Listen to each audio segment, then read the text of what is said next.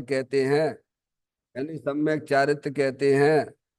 तो योग सार क्या हो गया? सम्यक दर्शन, सम्यक ज्ञान, सम्यक चारित्र वाली निर्मल पर्याय, पवित्र पर्याय, जो अपने आत्मा के आश्रय से प्रकट होती है, इसे यहाँ योग सार कहते हैं। और इसे ही अरिहंत परमात्मा धर्म कहते हैं। देखिएगा, योग सार ग्रंथ के माध्यम से हम और आप यहाँ पर 62वें नंबर की गाथा का स्वाध्याय चल रहा है, जिसमें दिगंबर संत हमें यह बताना चाहते हैं इस गाथा के माध्यम से कि जो जीव आत्मा का अनुभव करते हैं, उन्हें फल के रूप में केवल ज्ञान और अविनाशी सुख की प्राप्ति होती है। केवल ज्ञान का मतलब क्या है? कि वह आत्मा पर्याय में परमात्मा हो जाता है, और वह जो परमात्मा दशा जो प्रकट हुई है, अब उसका कभी भी विनाश नहीं होगा। किनको ये मिलेगा ये फल? परमात्मा दशा किसको मिलेगी भगवान?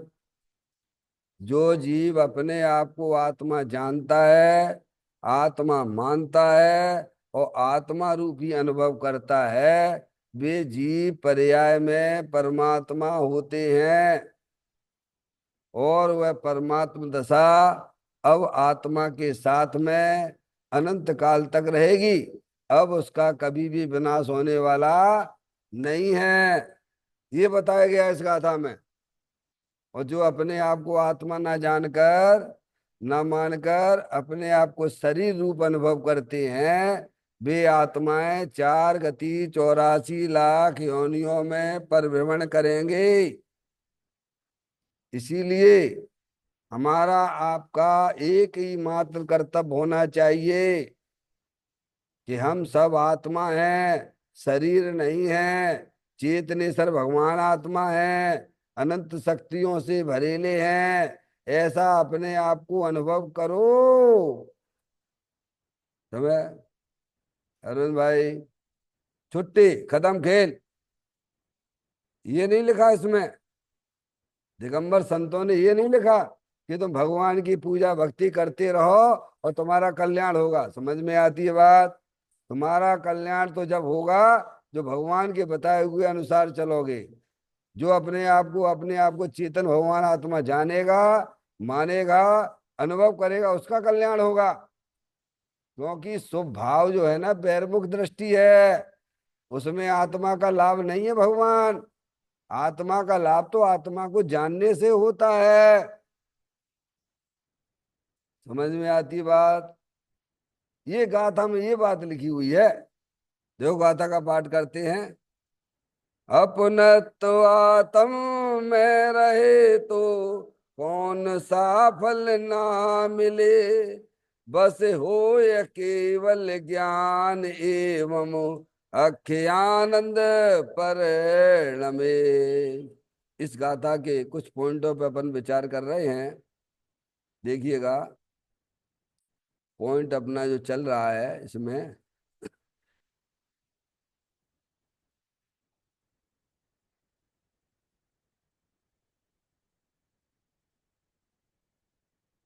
शुद्ध महिमावंत आत्मद्रव स्वभाव को अनुभवते ही वीर ऐसा उछाल कर काम करता है। समझे नहीं आप? इसी से नीचे से संबंधित है, इसको पहले पढ़ लो। फिर अन्य लाभ भी हैं आत्मा अनुभव के, वो नीचे बताएंगे। ठीक है क्या नहीं? मिल गया अरविंद भैया? ठीक है। शुद्ध महिमावंत आत्मद्रव स्वभाव को अनुभवते ही वीर ऐसा उछल कर काम करता है कि ज्ञान की वृद्धि होती है, उसमें श्रद्धा की शुद्धता हो जाती है, चारित्र की स्थिरता होती है, आनंद की वृद्धि होती है, उच्च स्वच्छता की वृद्धि होती है, प्रभुता की उग्रता आती है, आदि सभी पर्यायों में शुद्धि की वृद्धि होती है। अनुभव होते ही वीर का सौर जागृत होता है, अल्प काल में विकल्प तोड़कर निर्विकल्पता प्राप्त करता है। क्या बता रहे हैं इस गाथा के माध्यम से? देखो भैया, अपने आप को आत्मा जानने से, मानने से, अनुभव से बहुत सारे लाभ होते हैं। अपने आत्मा को भूलने से दुखी दुख है। यहाँ तो कहते हैं शुद्ध महिमावंत आत्म द्रव स्वभाव को अनुभवते ही शब्द दिया है। शुद्ध महिमावंत आत्म द्रव स्वभाव को अनुभवते ही, यानी द्रव्य जो वस्तु होती है ना, वो सदा काल शुद्ध ही है। क्या मतलब? द्रव्य जो वस्तु होती है, चाहे वह जीव द्रव हो, चाहे पुद्गल द्रव हो, चाहे धर्म द्रव हो, चाहे धर्म द्रव हो, चाहे आकाश द्रव हो, चाहे काल द्रव हो, सब द्रव अनादि अनंत शुद्ध ही हैं। शुद्ध क्यों है? क्योंकि एक द्रव में दूसरे द्रव का प्रवेश नहीं होता। ये द्रव्य की शुद्धता है, ये अनादि अनंत द्रव्य की शुद्धता है। और जो द्रव्य की शुद्धता को स्वीकार करता है, उसकी पर्याय में भी बदलाव चालू हो जाता है। डॉक्टर साहब, जो शुद्ध जाने आत्म को, वह शुद्धता को प्राप्त हो। ऐसा ना समझना कि आत्मा का जो द्रव्य है वो अशुद्ध है। ना ना, अरे दुनिया में, प्रकृति में कोई भी द्रव्य अशुद्ध नहीं है। इसीलिए यहाँ का शुद्ध महिमावंत आत्म द्रव्य को, आत्म द्रव्य स्वभाव को अनुभवते ही। डॉक्टर साहब, ये वर्तमान संसार अवस्था में अपना द्रव्य शुद्ध है कि नहीं है? बोलो भैया। तुम्हें समझ में नहीं आती जनमाणी माता की बातें। तुम अशुद्ध पर्याय को देख के द्रव्य को अशुद्ध कहते हो, और जनमाणी माता कहती है कि जब पर्याय में अशुद्धि है विकार की, तब द्रव्य शुद्ध है। समझ में आती है बातें? अज्ञानी लोगों की भाषाएं पर्याय को देख के कहती हैं, संयोग को देख के कहती हैं। ये तुम्हारी दृष्टि खोटी है। जनवाणी कहती है संयोग कैसा भी हो शरीर का, कैसे भी रागादिक परिणतियां पर्याय में हो, तब भी द्रव्य तो शुद्ध ही है। ऐसा तुम जानो, ऐसा तुम मानो, ऐसा अपने रूप अनुभव करो। जो शुद्ध जाने आत्म को, वह शुद्धता को प्राप्त हो। कौन सिखाता है? बोलो समय सार जी की। डॉक्टर साहब, शुद्ध करना नहीं है द्रव्य को। द्रव्य तो अनादि अनंत शुद्ध ही है भगवान। तुम शुद्ध जानते नहीं हो, शुद्ध मानते नहीं हो, इसीलिए तुम्हारी पर्याय में अशुद्ध पर्याय है। अरे भैया, शुद्ध पर्याय क्या है? तुम शुद्ध द्रव्य को शुद्ध रूप नहीं जान रहे, नहीं मान रहे। यही श्रद्धा और ज्ञान की विपरीतता है। समझ में आए भैया? यह तो बहुत सुंदर बात आने वाली है। ये बात हमें समझना पड़ेगी। तो कहते शुद्ध महिमावंत आत्म द्रव्य स्वभाव को, वस्तु शुद्ध है ना डॉक्टर साहब? शुद्ध करने क्या? द्रव्य को शुद्ध करना है क्या?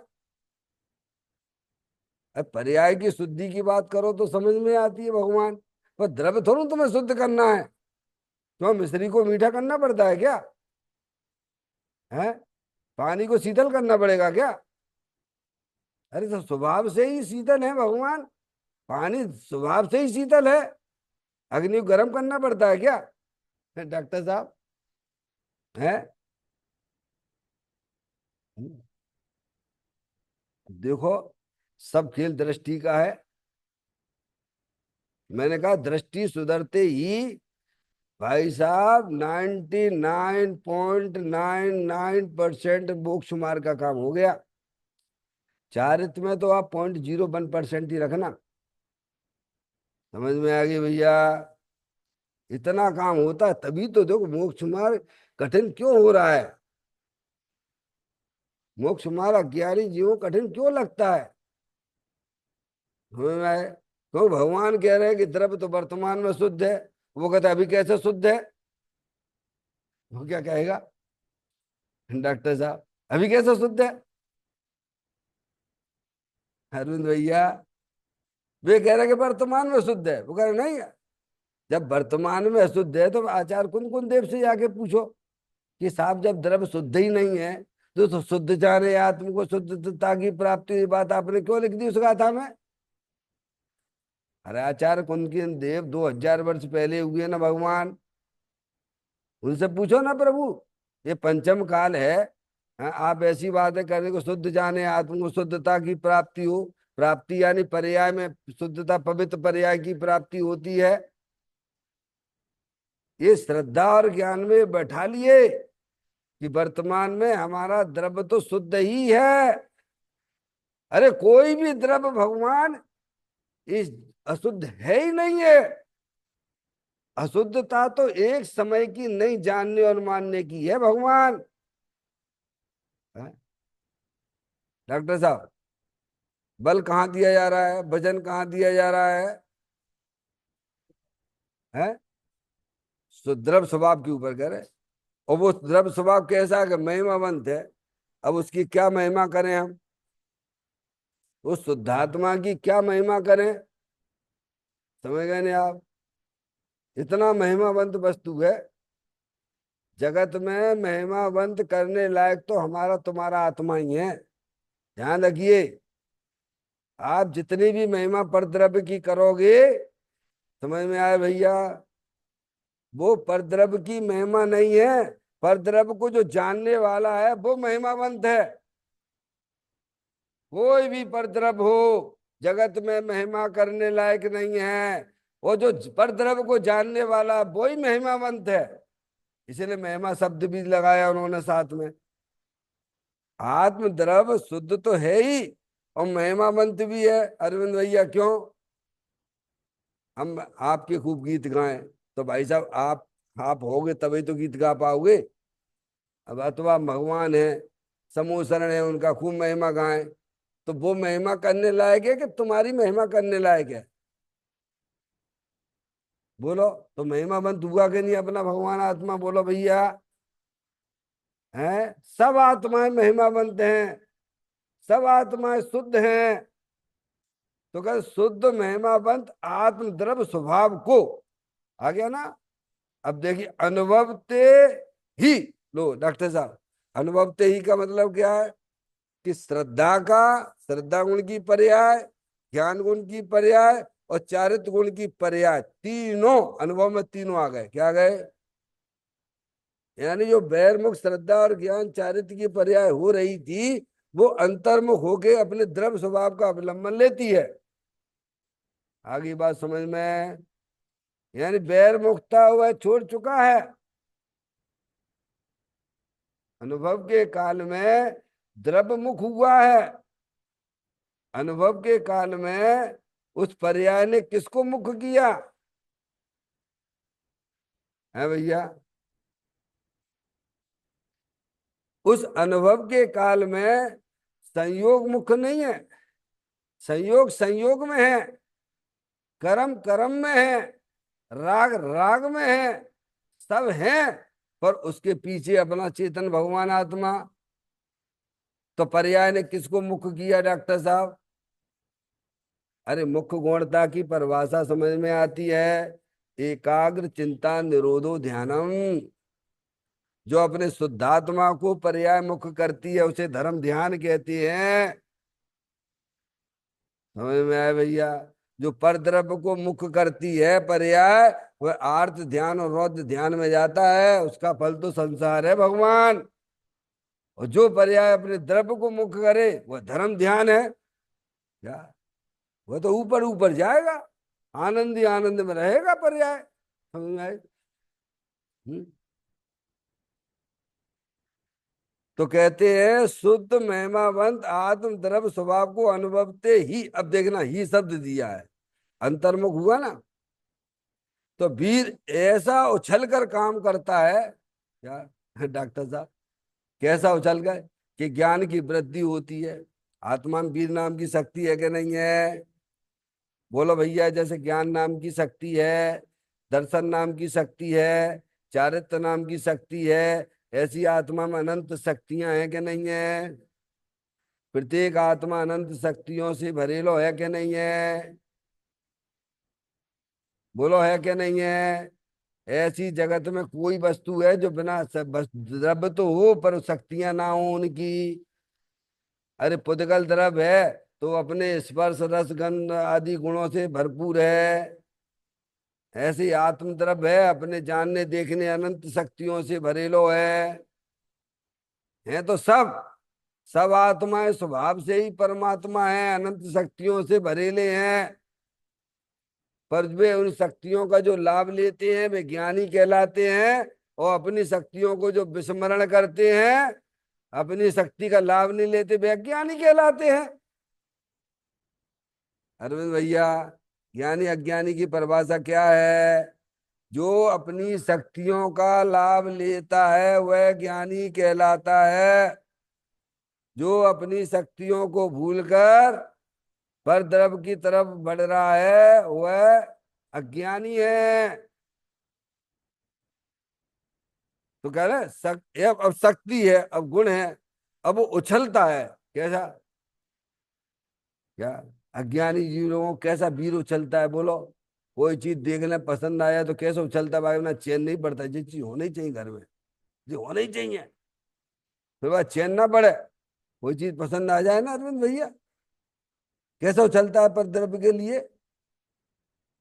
बताओ उछलता है कि नहीं उछलता है? तो ज्ञानियों का वीर अगर अपने आत्म द्रव्य के प्रति उछलता है तो उसमें क्या दिक्कत है भाई? वीर है, वीर कुछ काम करता है कि नहीं करता है? जैसे ज्ञान है जानने का काम करता है, दर्शन है वो देखने का काम करता है, श्रद्धा श्रद्धा का काम करेगा। तो वीर क्या काम करेगा? अज्ञानियों का वीर पर द्रव्य को देख के उछाला मारता है, और ज्ञानी का वीर अपने चेतन भगवान आत्मा को देख के उछाला मारता है। तो ऐसा उछल कर काम करता है। कैसा? हम्म, कि ज्ञान की वृद्धि हो जाती है। उसमें क्या हो जाती है डॉक्टर साहब? यह छह उपसम ज्ञान नहीं लेना। ज्ञान की वृद्धि में छह उपसम ज्ञान नहीं लेना। क्या? यानी उस ज्ञान में इतनी निर्मलता आ जाती है कि वस्तु स्वरूप स्पष्ट उसको ज्ञान में भाषित होने लगता है डॉक्टर साहब।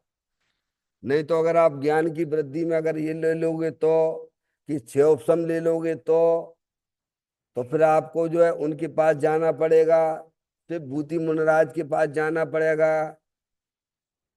डॉक्टर साहब। ज्ञान की वृद्धि का मतलब यानी ज्ञान में निर्मलता आ जाती है, स्पष्टता आ जाती है, एक नया विशेष ज्ञान उत्पन्न होता है। वो देखे नहीं आपके ये मुनराज है? कौन से मुनराज? शिव भूति मुनराज। उन्हें तो कुछ याद ही नहीं रहता था, थे भावलिंगी संत थे वे, ओसी भव से डॉक्टर साहब। पर इतना ज्ञान उनका पक्का मजबूत था, थी खिलावट आ गई पर्याय में, ज्ञान की पर्याय में। दाना अलग है, छिलका अलग है, बस ध्यान में बैठ गए उसी भव से केवल ज्ञान हो गया। यानी ज्ञान की वृद्धता मतलब ज्ञान निर्मल हो गया, पवित्र हो गए, पवित्रता ज्ञान में आ गई, यही ज्ञान की पवित्रता है। ये छह उपसम ज्ञान तो परिलक्षी ज्ञान है।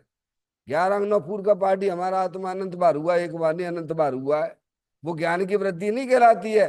पर सन्मुखता वाला ज्ञान ज्ञान की वृद्धि नहीं कहलाता है। ज्ञान की वृद्धि का मतलब क्या? ज्ञान की पर्याय में निर्मलता स्पष्टता आ जाती है, द्रव्य स्वभाव अलग दिखता है, और पर्याय जो है पर्याय वो अलग दिखाई देती है। रागादिक परिणतियां क्या? अरे अलग नहीं दिखती हो तो बोलो भगवान। तो ज्ञानी कैसे अपनी आत्मा के पास पहुंच जाता है, उसका उपयोग वहां कैसे पहुंच जाता है बोलो? और पहुंचता है तभी तो वो ज्ञानी हो कहलाता है। राग से भिन्न होकर अपने चेतन भगवान आत्मा का अनुभव करता है तो तभी तो कर सकता है ना। उसमें ऐसी निर्मलता ज्ञान में आ जाती है। समझ में? वहां पर वहां आती निर्मलता, समझ में आई भैया? वंदना, समझ में आ रही बात? तो ज्ञान की वृद्धि हो जाती है उसमें, वही ज्ञान सच्चा ज्ञान है। ऐसा पांडे राजमल जी साहब ने भी, समय सार की कलश टीकाकार ने भी ये लिखा है, आप पढ़ना उसको। छह द्रव्यों को जानने से जानन हारे को ना तो ज्ञान होता है और ना आनंद मिलता है। और जाननहारे को जानने पर ज्ञान भी होता है और आनंद भी मिलता है। वही ज्ञान सच्चा है। क्या? जो अंतर्मुख ज्ञान हुआ है और उस ज्ञान में नियम से ज्ञान की निर्मलता भी प्रकट हुई और उसमें अतीन्द्रिय आनंद निराकुलता भी की प्राप्ति हुई। डॉक्टर साहब, ये है। अब वो ज्ञान है, वो भव का अभाव कर लेता है। क्या? अंतर्मुख वाला। तो कहते ज्ञान की वृद्धि हुई और श्रद्धा की शुद्धता हुई। अभी अज्ञानी जीवों की पर्याय में श्रद्धा गुण की अशुद्धता चल रही है। पर्याय में अशुद्धता है, तो ध्यान रखना है। निर्मल पर श्रद्धा प्रकट होगी, श्रद्धा की निर्मलता आ गई, शुद्धता आ गई। इसका मतलब यह है कि अज्ञानी जीवों की पर्याय में श्रद्धा की अशुद्धता चल रही है। इसका मतलब ही यही निकलता है सीधा। डॉक्टर साहब, आप गोमटगिरी जा रहे हो, इसका मतलब आप इधर नहीं जा रहे पलासिया तरफ। पलासिया तरफ जा रहे हो तो इसका मतलब सही सीधा सा है कि आप गोमटगिरी नहीं जा रहे हो। अरे श्रद्धा की शुद्धता यानी पवित्रता प्रकट हुई, इसका मतलब ज्ञानी की पर्याय में श्रद्धा की पवित्रता प्रकट हो गई है। अज्ञानी जीवों की पर्याय में श्रद्धा की अशुद्धता चल रही है। अशुद्धता क्या है पर्याय की? कि दे जीव को एक गिने बहरा तम तत्वमुदा है। पर्याय की अशुद्धता क्या है? जो अपने आप को शरीर रूप अनुभव कर रहा है, मान रहा है, जो अपने आप को शरीर रूप देखता है, क्योंकि आत्मा कभी शरीर रूप होता ही नहीं है। आत्मा कभी राग आदि रूप ही नहीं होता है। अरे ये प्रकाश है, ये प्रकाश है। तुम्हें मैं, और ये आपका मंदिर है। तो मंदिर अलग चीज है और प्रकाश अलग चीज है। दो है कि नहीं है? बोलो भैया। अरे हाँ ना बोलो। ये प्रकाश और मंदिर। तो प्रकाश मंदिर रूप हो गया कि मंदिर प्रकाश रूप हो गया? अरे भाई, कभी वैसा हो सकता है क्या? है? ऐसी अपना जानने देखने वाली चैतन्य रूपी आत्म वस्तु एक जुदी वस्तु है और शरीर जुदी वस्तु है। आई समझ डॉक्टर साहब? कभी एक हो सकते हैं क्या? नहीं, कभी एक हो सकती है। हम भले ही मानते रहे शरीर मेरा है तो हो जाएगा तुम्हारा, हमारा क्या? होता होता तो हो जाता ना भगवान, आदिकाल से तो यही मानते चले आ रहे हो ना। है? हम मानने लगे हैं साहब ये इंदौर हमारा है तो हो गया इंदौर तुम्हारा। जहाँ शरीर ही तुम्हारा नहीं होता है भगवान, तो अज्ञानी जीवों की पर्याय में इस श्रद्धा की विपरीतता चल रही है। क्योंकि वो परद्रव्य को अपना जानता है, मानता है। ज्ञान की अशुद्धता भी हुई। क्या आई समझ? अशुद्धता समझ में आई गई?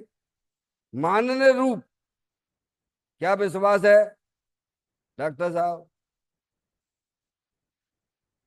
है? ये अशुद्धता है। समझ गए? ज्ञानी अपने आप को चेतने सा रूपी भगवान आत्मा मानता है। या तो उसकी पर्याय में शुद्धता, पर्याय की श्रद्धा की, पर्याय की जो है शुद्धता प्रकट हो गई। जो शुद्ध जाने आत्म को शुद्धता को प्राप्त हो। फिर कहते हैं चारित्र की स्थिरता। क्या करे? चारित्र की स्थिर, चारित्र की स्थिर, चारित्र किसे कहते हैं भगवान? बोलो डॉक्टर साहब। छह डालाकार जी से पूछ लो, दौलत राम जी बता देंगे चारित्र किसे कहते हैं। पर द्रव्यन्ते भिन्न आप में रुचि सम्यक तो भला है। आप रूप को जाने पनो सो सम्यक के ज्ञान कला है। आप रूप में लीन रहे थिर सम्यक के चारित सोई। अब अज्ञानी जीव चारित किसे मानता है?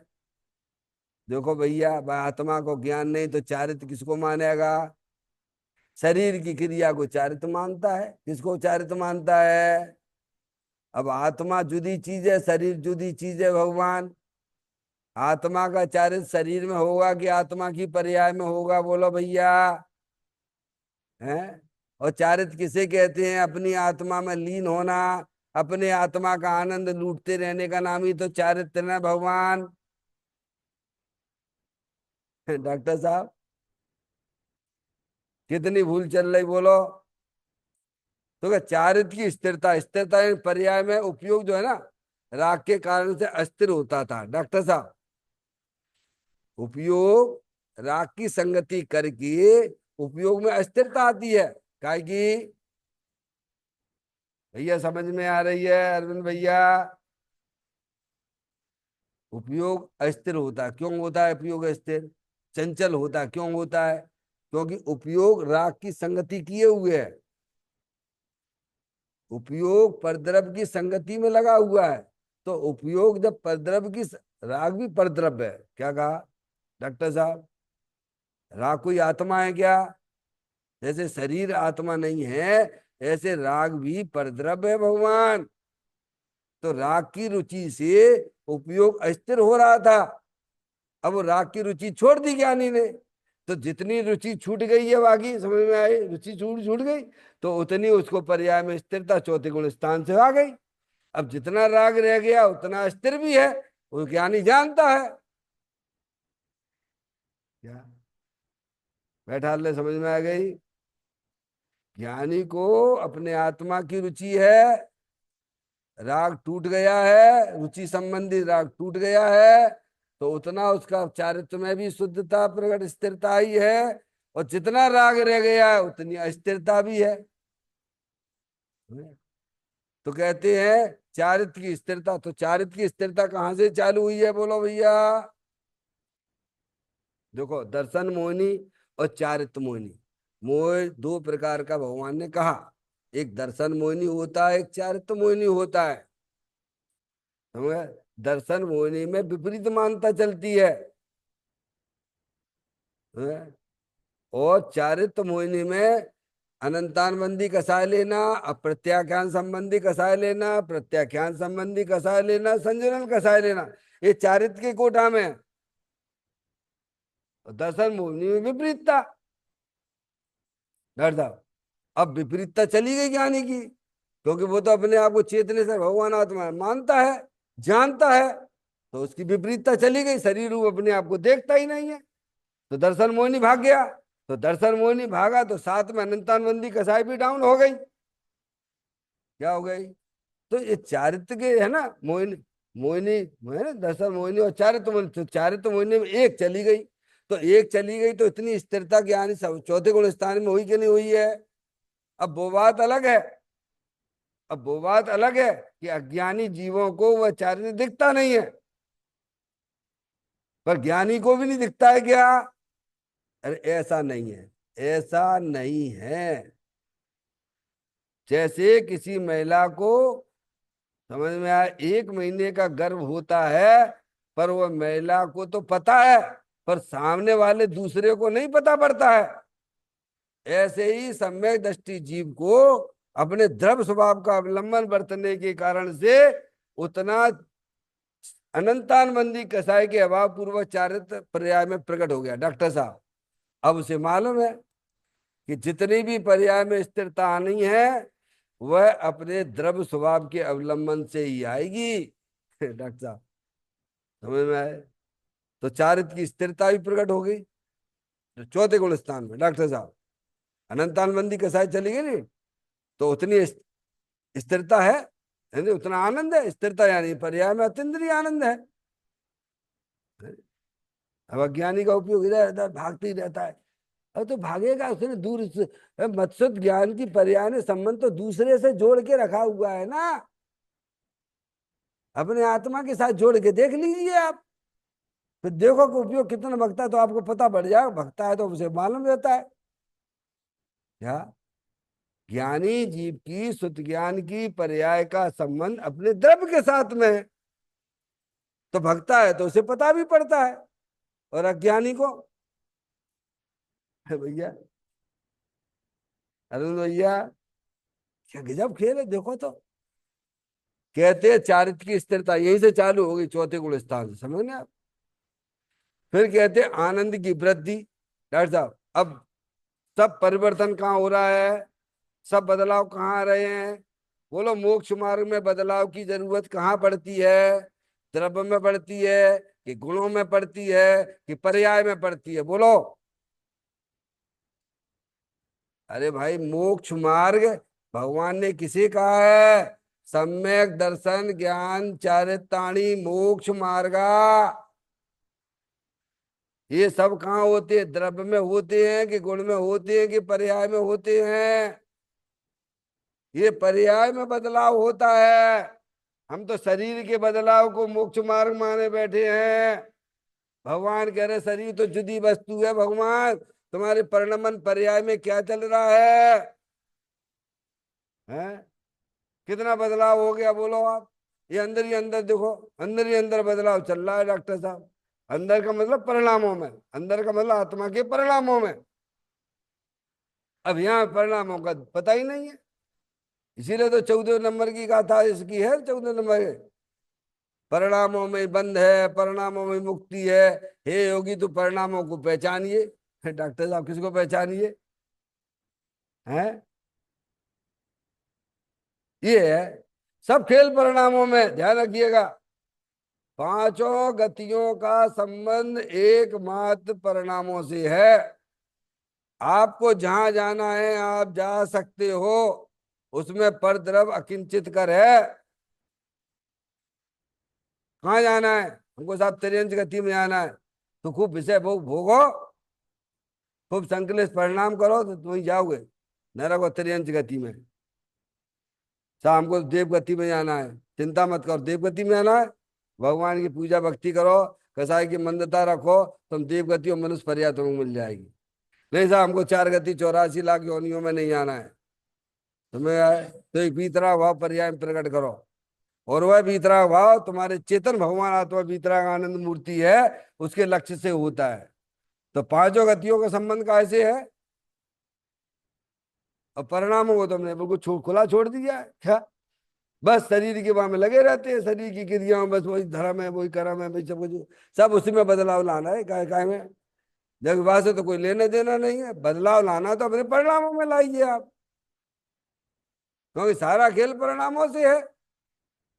तो कहते आनंद की वृद्धि होती कहाँ होती है? आत्मा के परिणाम। आनंद की वृद्धि का मतलब डॉक्टर साहब निराकुलता। आनंद का दूसरा नाम क्या है?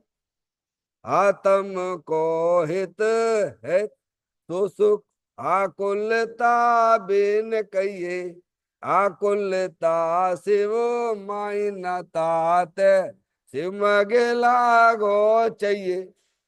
आनंद का मतलब पर्याय में जो अज्ञान अवस्था में आकुलता होती थी, खेद खिन्नता के परिणाम होते थे, उससे उसको विराम मिला।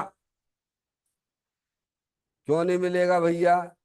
अब उपयोग ने इतनी बढ़िया चीज पकड़ ली भैया, अविनाशी वस्तु के साथ संबंध जोड़ दिया। अरे आप भाई साहब मिठाई खाते हो तो आपका मुंह मीठा होता है कि नहीं होता है? कब होता है डॉक्टर साहब? अभी खाएंगे कल होगा मीठा, ऐसा है क्या? अरे तत्काल ही तो होता है ना। ऐसे ही ज्ञानी की शुद्ध ज्ञान की पर्याय ने अपने द्रव्य के साथ में संबंध जोड़ लिया। द्रव्य आनंद मूर्ति स्वरूप है, तो उसकी पर्याय में उसी समय अतीन्द्रिय आनंद प्रकट हो गया। क्या हो गया? और वो अपने आत्मा को निरखता रहता है, तो अंदर ही पर्याय में आनंद की वृद्धि भी चालू हो गई। अभी नीचे वाले पॉइंट आने वाला है, सुनना, सब आएंगे नीचे एक एक करके। तो आनंद की वृद्धि भी हुई पर्याय में, निराकुलता की जन्म भी हो गया तुम्हें यार। फिर कहते हैं स्वच्छता की वृद्धि हो गई। अब क्या हो गया भाई? अनंत गुणों में सब में सुधार हो गया ना डॉक्टर साहब। एक साथ सभी में सुधार होता है नहीं, अंतर्मुख जहाँ पर्याय होती है तो सभी पर्यायों में सुधार हो जाता है। अब ये काम करना था धर्म के नाम पे, अब ये कौन करता है? बिरले जाने तत्व को भी आने वाला है 66 नंबर का था। बिरले जीव करते हैं काम। अंदर में चोट लगना चाहिए, काम एक आत्मार्थी को दूजो नहीं मन रोग। तो स्वच्छता की वृद्धि भी पर्याय में चालू हो गई। पवित्र पर्याय, पवित्र पर्याय। अभी तो अज्ञानी जीव की पर्याय में अपवित्रता, अपवित्रता। क्या रहा था? मलिनता ही मलिन, मोह राग देश की मलिनता, मलिनता। अरे क्यों नहीं होगी मलिनता? पर की तरफ उपयोग लगाए हुए हो क्या, तो मलिनता तो रहेगी ही रहेगी। और मलिनता है वो संसार का कारण है। तो स्वच्छता की वृद्धि और प्रभुता की उग्रता, क्या है, प्रभुता की उग्रता भी होगी। अब दौड़ इधर लग रही है क्या। अब तो बस अल्पकाल में ज्ञानी सोचता है कि बस अब अल्पकाल में मेरी पर्याय में बस मोक्ष आने वाला है, मोक्ष जैसी पर्याय आने वाली है। समझ में आया भैया। आप अपने घर की तरफ जाते हो तो आपको अंदर में विश्वास होता है कि नहीं होता है कि हाँ मैं घर की तरफ पहुंच रहा हूँ। ऐसा कि लगता है कि नहीं हम घर से दूर हो रहे हैं, घर की तरफ आप लगता है नहीं अब घर आ ही गया आ ही गया आ ही गया। ऐसे ज्ञानी की पर्याय जब द्रव्य स्वभाव, द्रव्य में एक प्रभुत्व नाम की शक्ति भी है ना, है प्रभुत्व है विभुत्व है, सब शक्तियों में पर्याय में उनकी उत्पत्ति हो जाती है। कब होती है, बहिर्मुखता से नहीं अंतर्मुखता से, ध्यान रखिएगा। बहिर्मुखता से तो शक्तियां कैसी ऐसी कैसी पड़ी रहती हैं, क्या कुछ नहीं। उनमें सक्रियपना जब आता है शक्तियों में, जब द्रव्य के सन्मुख पर्याय होके काम करती तब की बात है ये। तो कहते हैं आदि सभी पर्यायों में, देखो अरविंद भैया किसमें याद की है, गुण की बात नहीं की है ना, सभी पर्याय में आ गए। नहीं आत्मा में अनंत गुण है ना, तो अनंत गुणों की पर्यायों में, है ना, अनंत गुणों की पर्याय में शुद्धि की वृद्धि होती है डॉक्टर साहब। ये है शुद्धि की वृद्धि होती है अनंत, मतलब पर्याय आत्मा में अनंत गुण है, तो अनंत गुण, अनंत गुणों की अनंत पर्याय, अनंत गुणों की अनंत पर्याय, अनंत गुणों की अनंत पर्याय। तो अनंत पर्याय में क्या हो, शुद्धि की वृद्धि हो चालू हो गई। अब आप समझिए, आप सुमर सुमर अब हंसते हैं, अब नहीं भूलेंगे क्या। अरे भैया पर्याय को अपना द्रव्य स्वभाव पवित्र मिलेगा, भगवान अनंत शक्तियों से भरेलो मिल गया है। अब वो क्यों इधर उधर अपना दिमाग खराब, क्यों अपनी नीयत खराब करेगा डॉक्टर साहब। आपको बढ़िया सा महल आपको दे दिया जावे, बैठा दिया जावे, मतलब आपको जो है सबसे विश्व का सबसे बढ़िया महल में बैठा दिया जावे, तो आप टूटे फूटे ऐसे घर वालों की तरफ देखोगे क्या। बोलो भैया। ऐसे ही श्रद्धा को, ज्ञान को, चारित्र को अपना भगवान आत्मा है अनंत शक्तियों से भरेला अविनाशी रूप से प्राप्त हो गया है भगवान। समझ में आए, तो अब उसकी पर्याय में निरंतर शुद्धि की वृद्धि चालू हो गई है। समझ में आया भैया। अनुभव होते ही वीर का सौर जागृत होता है। क्या कहते हैं, सौर मतलब अब उस पर्याय में लड़ने की सामर्थ्य तैयार हो गई है। सौर है ना, जिनसे रागादिक परिणतियों से लड़ने के सौर प्रकट हुआ है।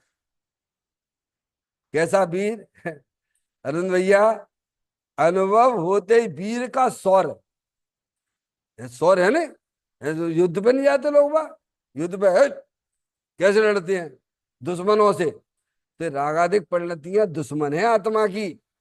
अब उसकी पर्याय में ऐसा वीर उछला है कि रागादिक परिणति जैसे शत्रुओं से लड़ने की उसके सौर जागृत हो गया पर्याय में समझ में आई भैया। अनुभव होते ही वीर का सौर जागृत होता है।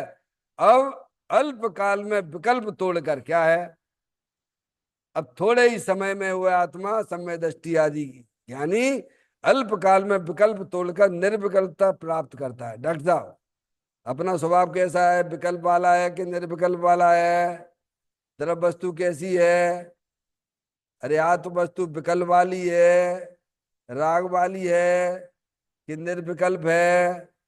बोलो भैया।